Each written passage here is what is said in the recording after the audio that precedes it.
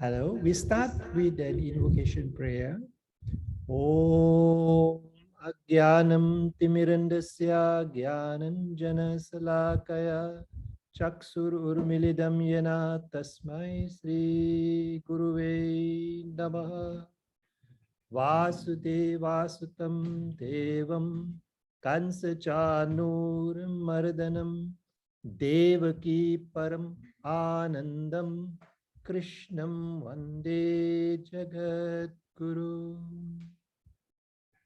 Hello and welcome back to the second session for our continuing series on topical issues of interest that relate to the timeless teachings of the Bhagavad Gita that is being organized by Geeta Ashram, Malaysia. My name is Rumesh, and I'm very happy and glad to have you back again for the second topic, creating an alternative reality.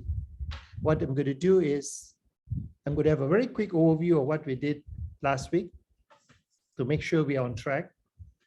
And then I'll slowly introduce you to this concept of alternative reality, which is very critical for our continued understanding on the evolution of how we develop our spirituality and how beautifully it is being expressed in chapter 2 of the Bhagavad Gita. So let us now begin by looking at very quickly a quick overview of what we covered last week. We had a discussion about a number of things. We talked about escaping the mind's prison.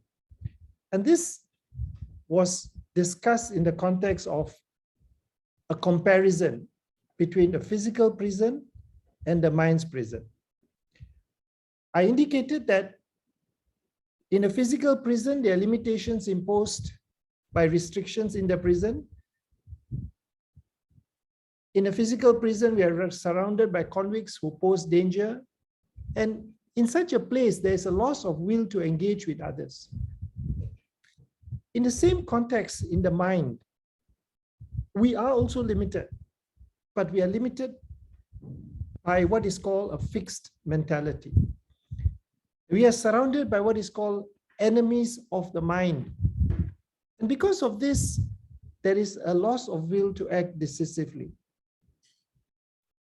This is because there is a fixation of limitation that occurs, which we call a mentality that we have, which could be a comparing mentality, a superiority mentality, and a compassion mentality. And all these mentalities are fueled by desires. And we talked about a number of different types of desires. We talked about physical desires, emotional desires, intellectual desires, as well as transcendental desires. All these types of desires exist. And these desires are related to the enemies of the mind, which are lust, anger, intoxication, illusion, envy, and fear. These are the 6 common enemies of the mind. We also need to understand that some desires open the doors to these enemies. Because of certain physical, emotional, intellectual desires, we become angry, we become envious, become fearful. And these desires can cause the mind to be under a lot of pain and agony because the enemies are with it. But then again, there are some desires that can actually close the doors to these enemies. And these are called transcendental desires. So we were also discussing how this is related to the Bhagavad Gita, because in the first chapter, we were talking about King Dhritarashtra, talked about Duryodhana, we talked about Arjuna, and all of them had, to some extent, the mentalities we were talking about just now. And irrespective, whatever mentality we have, because of this continual battle with what is going on in the mind, there is a lot of confusion between trying to choose between forgiveness and anger, between faith and doubt, between happiness, and grief. So this is a summary of what we covered last week. And this week, we are talking about how Lord Krishna tries to help Arjuna escape from this prison. And if we listen carefully, we follow the discussions, to some extent, it also helps us escape from the prison we have in our mind, so that we can slowly transcend from where we are, which is a reality we have, to a different alternative reality. How are we going to cover that? Well, for today, I'm just going to cover three main things. I'll be talking of basically how Arjuna had a sense of concern, where he was unsure what to do. And he wanted to express why he was in that state he was in. He wanted to explore and share the reasons for him not to fight. He wanted to justify it. And when he tried to justify, he just somehow towards the end felt very indecisive. And then he asked Lord Krishna, please tell me what to do. He submitted himself to Lord Krishna. And then Lord Krishna showed him the way by giving him a path of discrimination. So we'll be covering these three areas. What were the reasons given by Arjuna for his lamentation, for his decision not to fight? And how did he submit to Lord Krishna? And what was the Lord's answers to his questions? By looking at the reality at a different level, the reality that is alternative to Arjuna's reality. So these are the three areas I'll be covering. And when we talk about moving from existing reality to alternative reality, we recognize that Arjuna's despondency was deepened and his intellect was actually dulled by self-pity. You know, he was very conscious of what is going on. He was very conscious about himself. He was focused on his, egoistic, microscopic view of what is happening, focusing on his individual self as being the center of the universe, which binds him with others in a material relationship. This microscopic view of oneself, we call this a small I, creates what is called a multiple divisions, where he looks at himself and others as being different people who also he has high compassion for because he feels for them. Now, when there is a misidentification of the self with this ego based on mentality of superiority, there is a tendency to think of ourselves as being better than others. And when there is a tendency to come up with different divisions owing to mental comparison, we tend to click to the belief that we are this or that and people are different. But Arjuna had a mentality of compassion. To him, it was not so much thinking about being superior or comparing, but more thinking about others, about how they felt, about what's going to happen. And these thoughts and feelings linger because he remained in what is called a material plane of existence. But reality is not based on thoughts and feelings. You see, thoughts and feelings actually construct a reality in our minds. It makes us start to think that what we are feeling and thinking is the truth, is real. So we construct that reality based on our thoughts and feelings, which keep shifting. If somebody made you angry, you start thinking and feeling about the anger, and you start creating a reality around that. What are thoughts? Thoughts are like bricks. They connect with one another.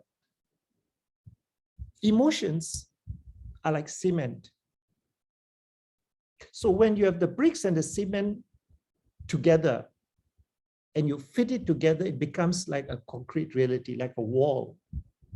So when we have thoughts and emotions that we associate with so much, finally we build this wall around us and we say, that is our reality. That's it. This person is like this. That person did this to me. I'm so this, I'm that. And finally, we begin to believe that that reality is the truth. But the truth is relative. It's relative to how you think and how I think. What experience you go through, what experience I go through. That truth is relative because it is in the material plane. Beyond this relative truth is the absolute truth. But that is where Lord Krishna is focusing his energies on. Beyond the relative truth, beyond that, my perception of reality and your perception of reality, what is the reality? And that is the ultimate reality that he's talking about. And we can relate to this very easily because that's what we all go through. I want to share a story with you to sort of put everything in context, so that you can follow the session better. There was a small girl who used to walk to school. And when she walked to school one day, she saw an old lady sitting down under a tree, haggard, begging. And this small girl felt very pitiful for her, and she gave this lady a small piece of bread from her tiffin. The old lady immediately ate the food, looked at her and smiled and held her hand. So touching, so loving. So every morning when the girl goes to school, she will stop and give this lady a piece of bread from a tiffin without fail. Every day it went on and went on for weeks and weeks on end. And every time this old lady gave her a big smile and touched her head. One day, this lady was so happy that she not only touched the head and gave a big smile, she also took out from her rag a small little plastic necklace made up of like plastic looking pearls, very dirty, very damaged, but out of love she gave this small girl. The girl took it, looked at it, then smiled and just walked back, kept in her pocket. But the next day when the girl went to school, this old lady was no more there. And this girl felt very bad. But she remembered the small little plastic necklace that she gave. So she went back, she cleaned it, she got out her doll and she put it on the doll and she really adored it because this small little necklace reminded the girl of the old lady who used to smile every time she used to school. So she was very attached to the doll and to this necklace. Looked like pearl, plastic necklace. One day, her father came and her father told her, "Do you love me?" She said, "Of course, Papa, I love you. I love you very, very much." She said, "Yes." "Proof that you love me." She said, "Of course I love you." She said, "If you really love me, you give me what I ask from you." She said, "Of course, whatever you ask, I'll give you. Whatever you ask, I'll give you." So the father pointed at the doll and said, "Give me the doll." This girl was heartbroken because she loved the doll, especially the necklace. So what the girl did was she took off the necklace and gave the doll. The father said, "No, I want the necklace on the doll." She said, "No, no, Papa, don't, because I like this necklace. I cleaned it. I love it. It goes very nice with the dress." He gave every single reason why she didn't want to give up the necklace. But the father insisted, "You love me, you give me the necklace." So very reluctantly, full of tears, she put her head down and gave the doll and the necklace to the father. And immediately the father took it and gave her something else. What the father gave was a genuine necklace, a real necklace. which was something that was way better, way more beautiful than this plastic pearl-like necklace she had. So we're going to use this as an analogy to understand the context of today's class. That is the need to realize that you have to give to receive. The girl was all the time thinking that of a doll and this small little necklace she liked very much, and it was just a plastic necklace and the doll looked nice on it, but she was so attached. And to this girl, that was reality. That was what she was living for. That was important. That was what she was attached to. Her thoughts was on that. But when you move from individual perception of reality to a more universal consciousness, you want to assess situation from a more higher plane of existence, a spiritual plane, if you may, which talks about absolute reality. What is needed? How do we move there? Just like the girl who looked at the necklace and loved it, she was fixated on something that was of low value. But to her, that was everything. And she had to give it away to get something of higher value. But this is what we all have to go through. We have to give up attachments that we have spent all our lives being attached to. Families, thoughts, whatever we love. Because it is insignificantly lower in value compared to what we get when we get the peace of mind. When we begin to look at the alternative reality, and then we can discondition ourselves from the mind that forces us to remain within this prison. But why does the mind remain within the prison? Because it's conditioned. It has got a GPS. You see, in last week's class, I talked about the mentality of a conditioned mind. I said the mind is conditioned to have a certain way of thinking, and we are caught in it. Because the thought process is all conditioned on a GPS. The thoughts are guided by the mind's GPS system. Now, what is GPS? It is guided positioning system, global positioning system. But this GPS applies for people in a Rajasic. And the GPS is greed, pride, and self-centeredness. That's how the mind is structured, based on greed, pride, and self-centeredness. Everything is mine. The whole world revolves around me. I must get what I want. It is mine. I work for myself, and I'm very proud of what I have. I'm arrogant, and I want more and more and more. That is the GPS of people in the Rajasic mode.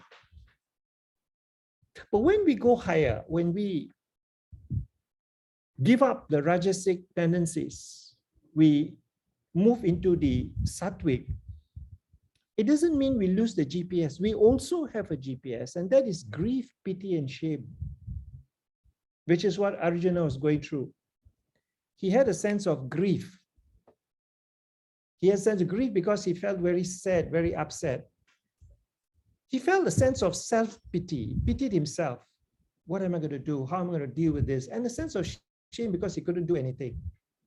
So when you go through these kind of things, it's not so much that you are worried about yourself. Here, with the Sattvic kind of a nature, the concern is more on others, on compassion for them. They are old, they are in pain, they are going to suffer, so and so is going to die. So that compassion brings about grief. And self-pity and pity on others, shame that you cannot do anything. So we find that the GPS conditions the mind. But the conditioning is different, but has got different levels. The ordinary mind actually is conditioned whether it is a rajasic or sattvic or tamasic. When we are having this different natures, sattvic, tamasic, rajasic, and I mentioned in class last week that the king Dhritarashtra had a tamasic nature, Duryodhana rajasic, and Arjuna was sattvic. Each one of these have their own GPS. For tamasic, the GPS is very gullible, easily cheated by others, very prone to errors, and self-defeatist. Ignorant, don't know what to do, always make the mistake, suffers because of ignorance. That's very low level. And rajasic GPS is greed, pride, self-centered. Sattvic GPS is grief, pity, shame. Now, irrespective what the GPS is, because of that conditioning of the mind, they become servants of the senses. Servants of physical desires, emotional desires, intellectual desires. And all these desires attract the enemies of the mind, which we talked about just now. Lust, anger, intoxication, illusion, fear, envy. This is the material plane. This is the so-called reality of our existence. But what Lord Krishna is talking of, an alternative reality where you become servant of the Lord to develop that transcendental desires. Because when you develop that transcendental desires, you extinguish the enemies of the mind. When you serve the Lord, there cannot be any anger. There is no more lust. You are no more in illusion. There is no question of intoxication. There is no fear. There is no envy. There's pure love. So basically, that progression is a way to eliminate the enemy of the mind so that the mind becomes at peace. And this way, the intellect becomes stronger. So now we have talked about the conditioning of the mind. And now I'm going to talk about the justification for not fighting. Now, it's very interesting to look at a justification because this applies for all of us. Normally, when we are very rajasic, we give justification for not taking on a job or for not accepting an invitation or whatever, based on our self-centered beliefs of ourselves. So because I don't feel correct, because I, whatever, it's because it's me. And then I believe I'm right and that's it. Because I've justified my mind, that's it. I got my reasons, boom, I just go. I have told myself and given the reasons to justify, and that's it. I don't want to question. I don't want to listen to anyone else because of the superiority mentality. That's it. I give justification, I just carry on. But when we have sattvic nature, we give justifications nothing to do with the self, It's very interesting. The justification of not going to war given by Arjuna was very different. He was overwhelmed with the prospect of war, and he came up with 5 reasons why not to fight. In a sense, he made his decision, but yet he remained indecisive, showing there's something lacking in his thought process. And you can see the justification he's making is based on principles of religion, moral codes, not wanting to get into sin. It's always a justification that has nothing to do with superiority over others, but more to do with moral, religious, spiritual concerns. But still, he was unable to solve his real problem without the help of a spiritual master like Lord Krishna. He could understand his so-called knowledge was useless in driving away his problems, which was driving up his whole existence. So what were the reasons he gave? First and foremost, he talked about compassion. He said, I don't want to go for war because we must have compassion for our friends and relatives. That is the moral thing to do. We must be compassionate. We should not kill others. Then he said, look, even if I kill, there is no enjoyment. I'm not going to enjoy. There's no enjoyment even if I'm victorious. So why? What's the point? If I kill them, they won't be around with me. And I won't be happy. If I'm killed by them, I lose. If I kill them, I still lose. No enjoyment. So what is the point getting to war? The next reason he gave was a fear of sinful reaction.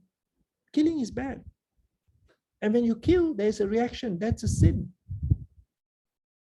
I don't want to sin. It's not right. Because sinning is something that we cannot do. You see how a sattvic person thinks?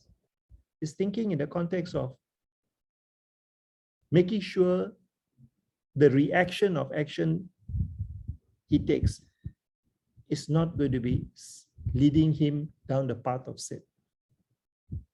But a more concrete reason he gave, which really makes a lot of sense, is that if I fight, the people will die. And when people die, there will be no one to look after their families. Their wives will be left as widows and the children will not be looked after. And this can lead to a situation where unwanted progeny could develop, people could take advantage of situation, family traditions will be lost, prayers we do for our ancestors will be stopped, and the entire tradition that we're supposed to uphold will be gone, will be broken. These are very good reasons. When you and I look at it, we think I'd say, yes. If Arjuna were to give you these reasons before he walks away, you'll say, yeah, you got a point. Absolutely right. How can anybody fight? Because these are very good reasons. But you see, the reasons he gives and the reasons we accept is based on our thought process. But despite the fact that having given all these reasons, he still did not walk away. You see, that is the interesting thing. He still was not sure. He had a sense of indecision. So at that moment, he was very overwhelmed by indecision and he didn't know what to do. At that point, despite having convinced himself that this is not the right thing to do, with all the good reasons given, he still felt a sense of indecision. What did he do then? He went and told Lord Krishna, I am confused about my duty and am besieged with anxiety and faint-heartedness. I am your disciple. I am surrendered to you. Please instruct me for certain what is best for me. In this particular verse, Arjuna is going to change his role with respect to Krishna from friend to student. It's not about questioning why we face problem took place, but rather what to do about them. Just like in the case of Arjuna, being in a state of indecisiveness, he turns to the Lord for direction by surrendering to him. Krishna, all this while smiling, simply waiting for his friend to drop down his guard. This indicates the Lord only reaches out to those who surrender to him in a mood of devotion. So, if we have that sattvic nature, we qualify, but it does not mean we get it. Just like if I qualify to go into medical school, I just qualify to go in medical school. I've not become a doctor. I need to finish the course to become a doctor. So having a sattvic nature is like a qualification to receive the knowledge about the absolute truth. But surrendering to the Lord, coming to the realization that I don't have the answer, I need help. That is what is needed for the absolute truth to be revealed.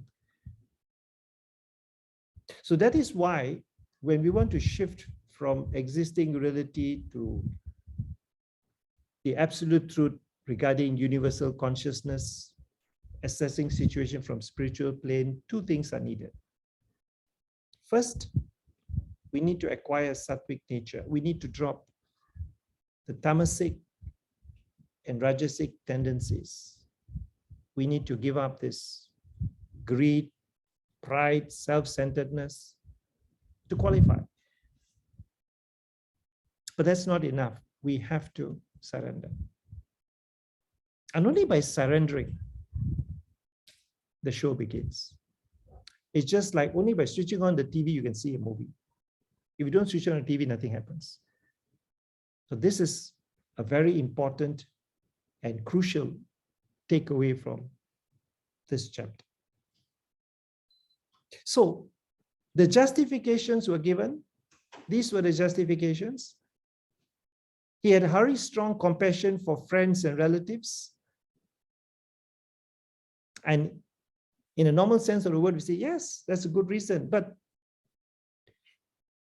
he was looking at it purely from the perspective of the body. The body is made up of earth, air, water, fire, and space. That is the gross body. And inside the gross body, there is the mind, intelligence, and false ego, which is not the gross body. It is part of the body which is also having similar experiences that we have. And within that, there is the soul. Now, this gross body has emotional desires, physical desires, intellectual desires. And the mind, intelligence, and ego is within it. We call this the subtle body. Now, what is the subtle body? When you go to sleep,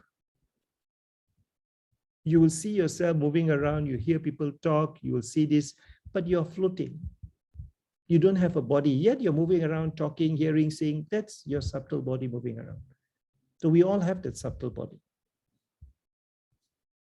And this subtle body, because of the emotion, physical desire, intellectual desire, emotional desire, affects the subtle body. And there is a sense of compassion because of the mentality to serve the false ego. What is false ego? That is a very important question. We know what's mind, we know what's intelligence. What is this false ego that is causing the development of enemies? This is a very important question. False ego actually means mistaken identity. When we become servant of Krishna, we become free from false ego.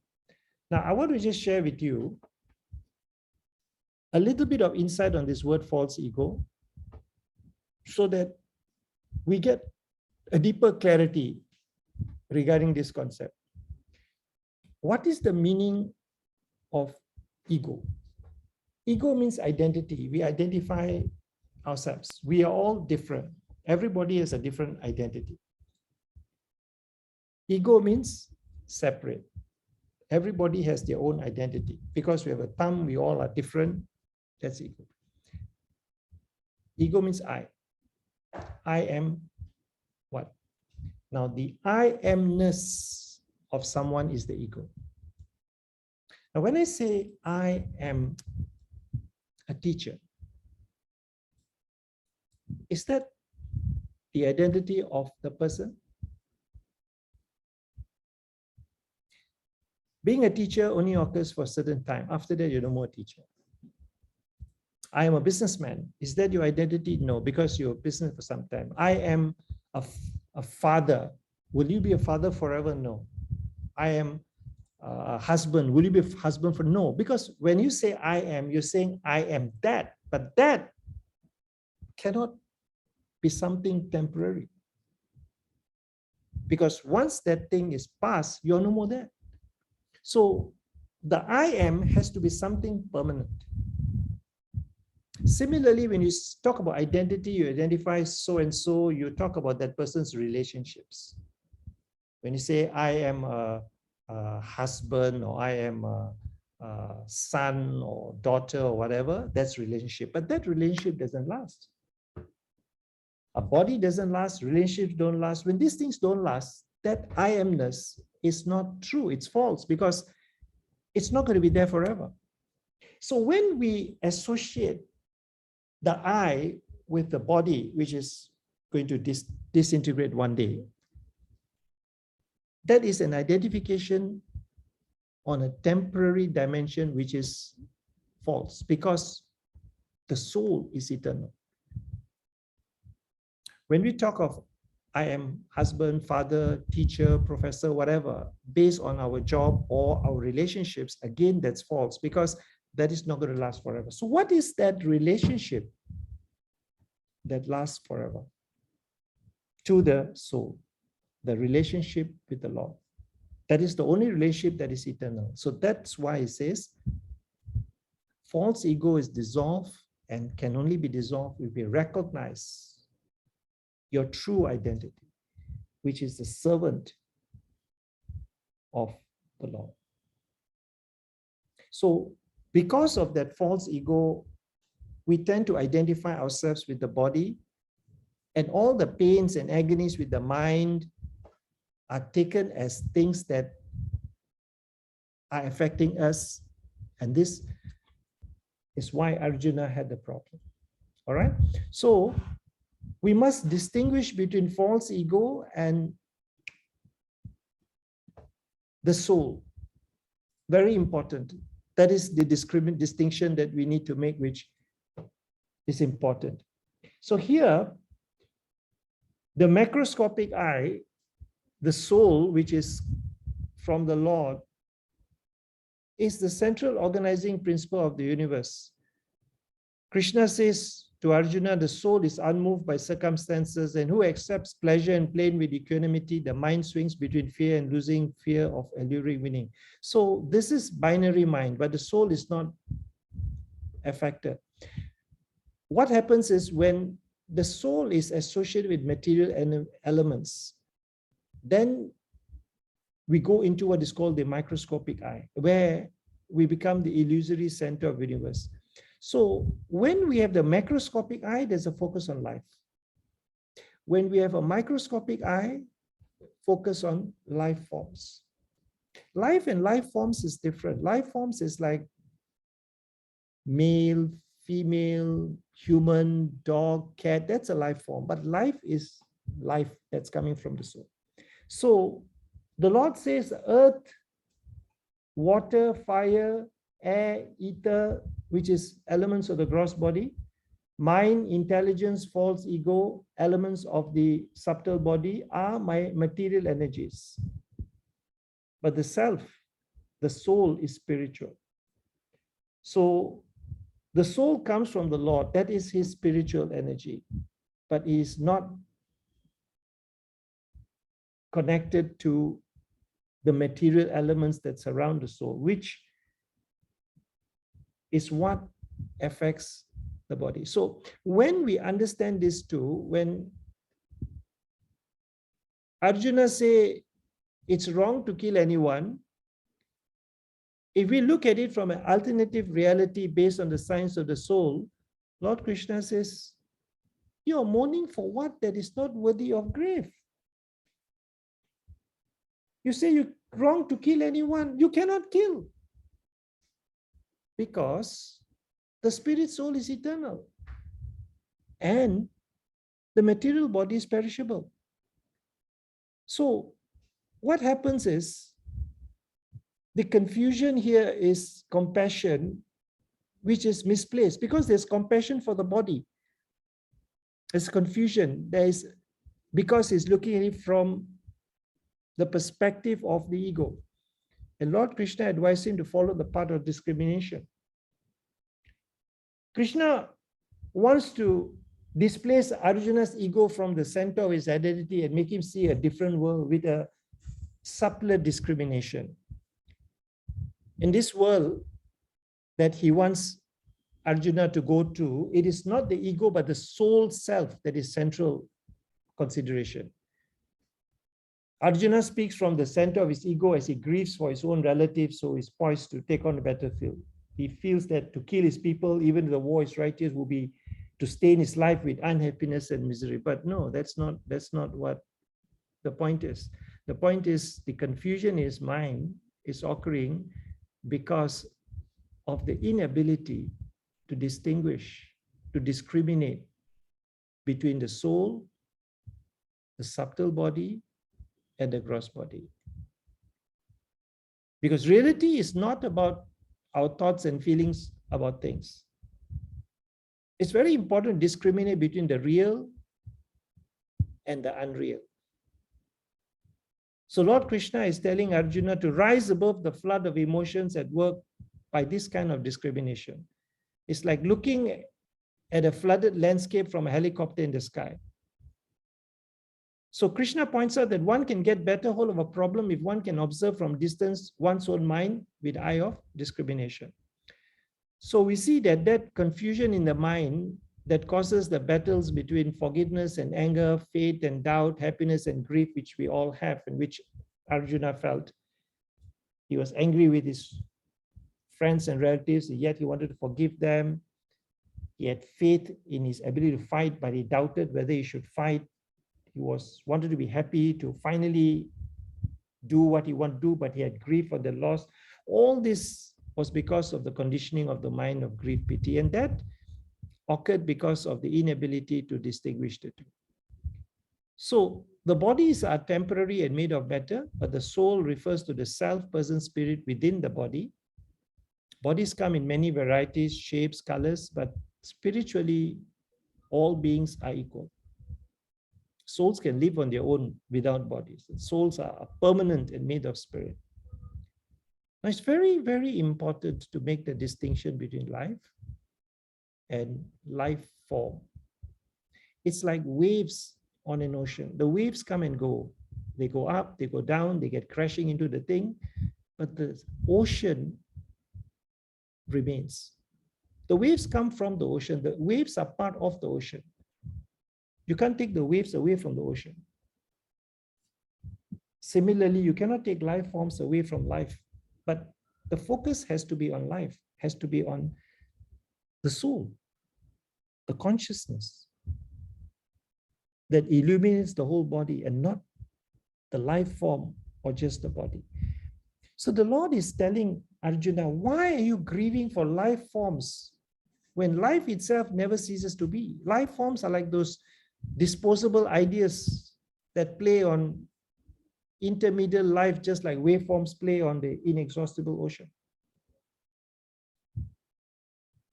So that is a very insightful basis to address that concern Arjuna had regarding compassion for friends and relatives. Gross body, destructible, is inevitable. Subtle body is indestructible when the gross body changes. And the soul is eternal. So this is the first reason given by Krishna to Arjuna. Idea is you must change the mentality to serve the soul, because by serving the soul, at least wanting to serve the soul brings about transcendental desires that eliminates the enemies of the mind. The second reason he gave was that the wise do not lament unnecessarily. Because Jnana Shastra is even more superior than Dharma Shastra. When you take this collectively, 2.31 to 2.37, that's what it means. Now, what is this Jnana Shastra and Dharma Shastra? Now, when you talk about Hinduism, there is a Shastra called Artha Shastra. Artha Shastra is actually text about politics and sociology that actually indicates that one who does the following should be killed. Person who gives poison, sets fire to the house, attacks with weapons, plunders riches, occupies land, kidnaps wife, they should be killed. That's the Artha Shastra. But Arjuna believed in forgiving them because he's based his reasoning on Dharma Shastra, that is religion. He said, look, I'm willing to forgive them. It's okay. It's all right. Follow the Dharma. I'm following the Dharma. Dharma says, based on religion, morality is higher than these petty considerations. But Lord Krishna says, no. Jnana Shastra is even higher than Dharma Shastra. You see, Artha Shastra is at the lowest. Dharma Shastra is higher, but Jnana Shastra is higher still. Jnana Shastra is knowledge which is absolute, knowledge of the soul. And that supersedes the considerations of Dharma Shastra and Artha Shastra.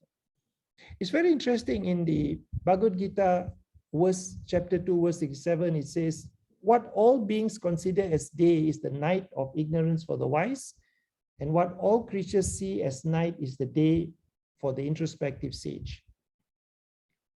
Those who are in mundane consciousness look to material enjoyment as the real purpose of life. They consider the opportunity for worldly pleasures as success of life or day, and deprivation from sense pleasures as darkness or night. On the other hand, those who have become wise with divine knowledge see sense enjoyment as harmful for the soul and hence view it as night. They consider refraining from the objects of senses as elevating to the soul and hence look at it as day.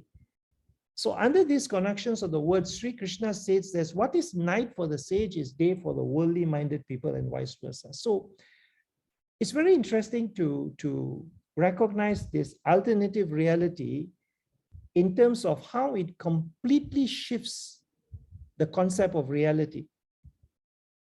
Because this verse really reflects our thought process. To us, we are rich, we are wealthy, we got things, we have a lot of property, that's success. We don't have this means we are failures. But the wise people say, no, the more you have this, the more you are attracted to them, the more you attach to them, and the more you are going to be depriving yourself of spiritual upliftment. And this is why the wise do not lament unnecessarily. So what I'm going to do now is reflect on a little bit what we have covered. We're going to be covering many more. I'll probably take 3 sessions to finish chapter 2, but we're going to do it slowly and gradually. What we have covered so far is the need for a different reality to emerge, and we cannot on our own develop that reality. Because whatever reality we develop is based on thoughts and emotions, based on duality of mind, based on conflict, which we are facing. And we can't help each other. Everyone is the same. We all are in the material plane. We all go through the same thing. And as far as we are concerned, we are all trapped. We're all in the prison cell. So we have to somehow gradually improve ourselves. That's why we say pray, be nice, be good. All this is because we want to develop sattvic qualities. We want to ensure that tamasic and rajasic natures are lost, because that is a gradual process of becoming eligible to realize the absolute truth. But that eligibility is there, but it does not mean you will unless you surrender. That is a very, very powerful important message. And that surrender means having clarified your doubts and speaking out, you must get answers that make sense based on absolute reality. So I have a question for discussion. The question is this: why is it so easy to hate others and so difficult to love others? Why is it so easy to hate other people and so easy to hate anybody, but so difficult to love and maintain that love? It's a question I'm asking. Anybody can unmute and answer for discussion before we break off today, just to maintain that interaction. You can refer to what I just said, or you can give your own experience. Anybody? Come on, we don't interact, we'll never learn from each other. Hare Krishna Prabhu. Hey, Is it due, is it due to false ego? possible? Can you clarify? What do you mean by that? How is that the case? Because everything is refers to I am, who I am, and you're trying to compare yourself with the others, and you think whatever you are correct and the others are wrong.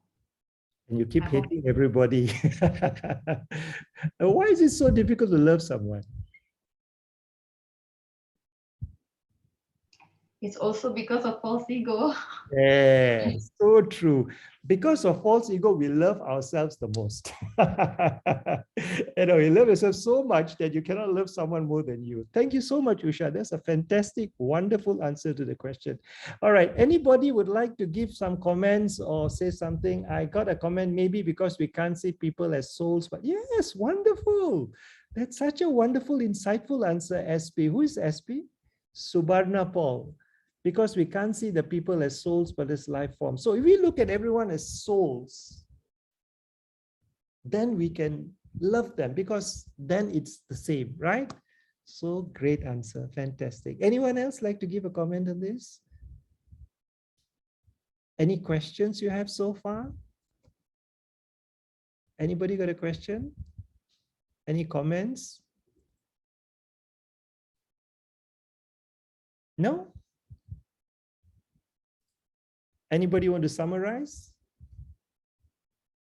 Nobody want to say anything?